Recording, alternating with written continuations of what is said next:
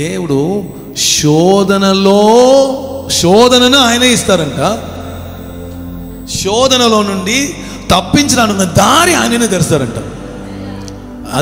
అందుకే ఆయన పేరు ఆల్ఫా ఒమేగా. ఆయననే క్వశ్చన్, ఆయననే ఆన్సర్.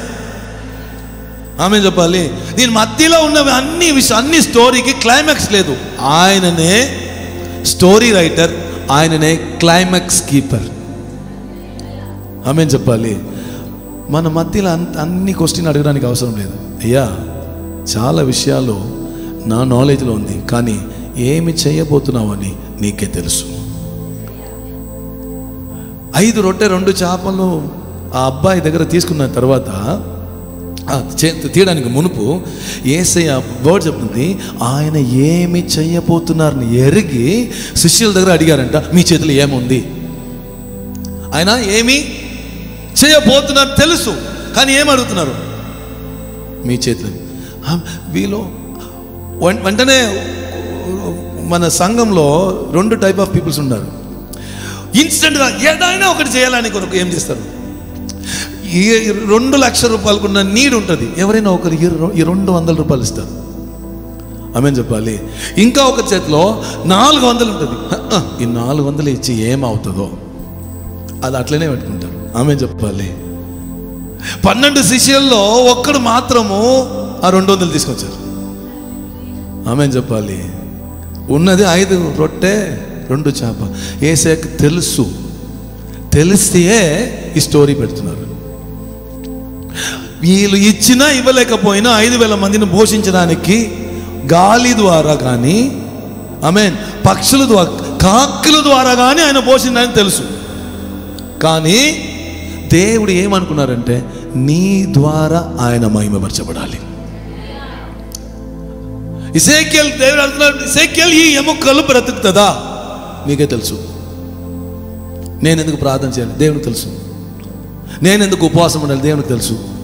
నేను ఎందుకు సంఘంకి వెళ్ళాలి? దేవునికి తెలుసు. చాలాసారి ఇట్లా బిట్టర్నెస్ పెట్టుకొని ఆమె సంఘంకు వెళ్ళకుండా సేవకుల మీద కోపం, కూడా ఉన్న ఫ్రెండ్స్ మీద కోపం, భార్య మీద కోపం, భర్త మీద కోపం, పరిచర్య మీద కోపం పెట్టుకొని దైవ సన్నిధి నుండి సెపరేట్ అవుతున్నాం. తెలుసా? అది పేరు సెపరేషన్ కాదు, dry bone experience, scattered experience, death experience. Amen. చివరిగా దేవుడు ప్రాఫెట్గా అంటున్నారు, ఎండిపోయిన ఎముకలను చూసి ప్రవచించు. ఎముకల గురించి ప్రవచించవద్దు, ఎముకలను చూసి ప్రవచించు. ఎముకలకి స్తోత్రం, చాలా లాంగ్ బోన్స్ ఉంది కదా.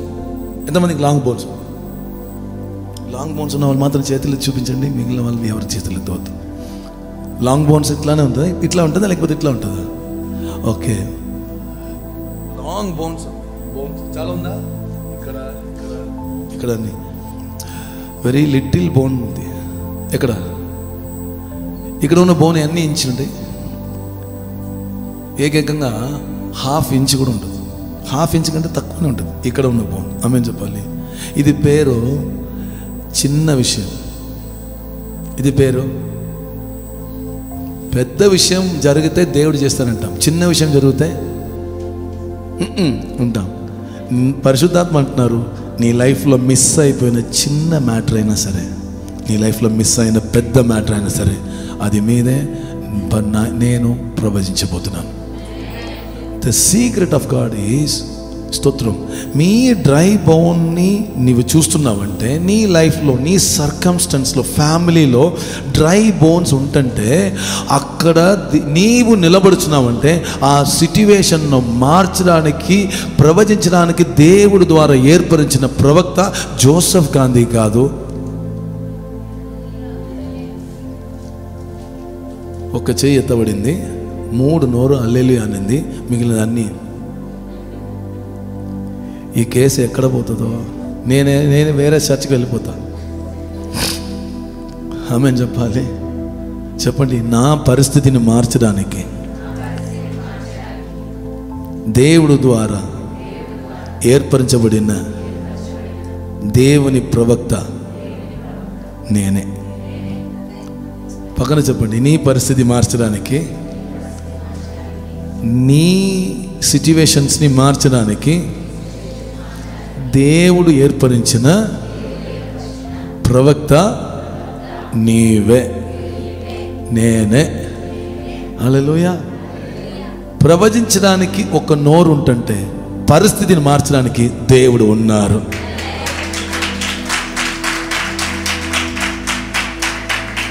ఈ చిన్న నోరు చాలు. మీరు నోరు విప్పి ఏ విషయము ఎలా ఆవాలి, లెట్ దర్ బి, ఓకే, వెలుగు.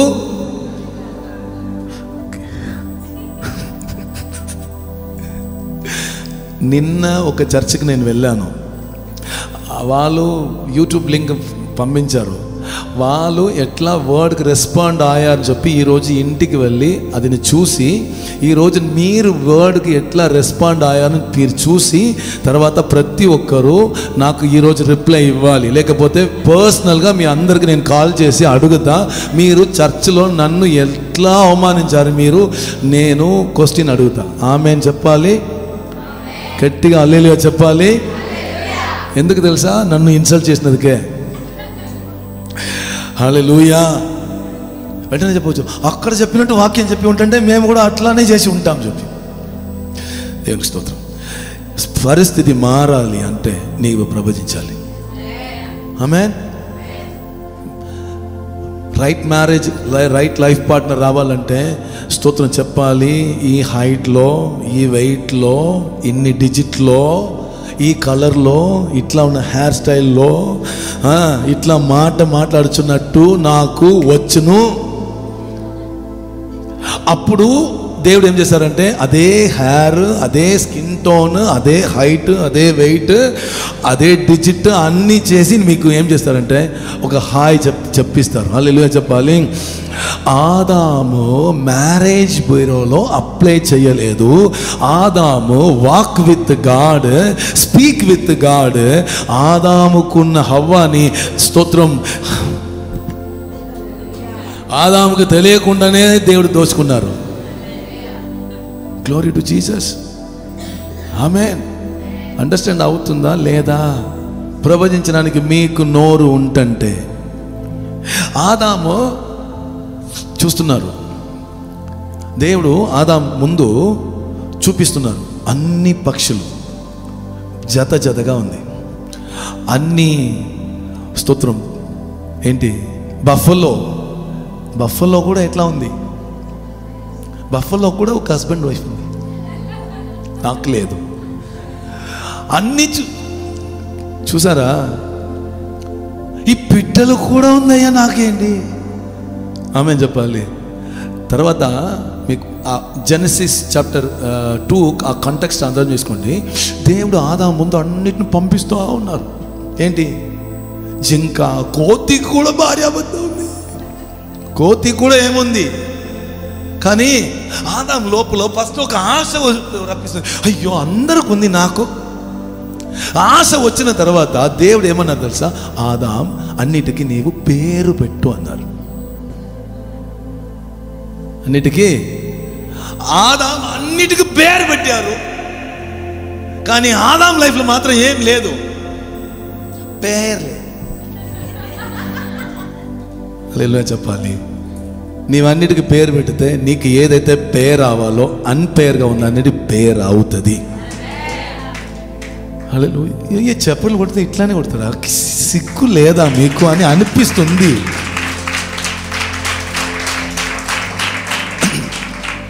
ఈ క్లాప్ను నేను తీసుకుంటాను, ఎందుకంటే నేను అడిగినది. మీ బెస్ట్ మీరే అయిపోండి దేవునికి.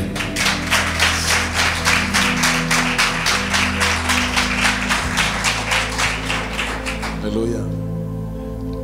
ఇప్పుడు ఆదాం పేరు పెట్టుచున్నది ఏం తెలుసా? ఆదాము ప్రొఫెటిక్ వాయిస్ని రిలీజ్ చేస్తూ ఉంటున్నారు.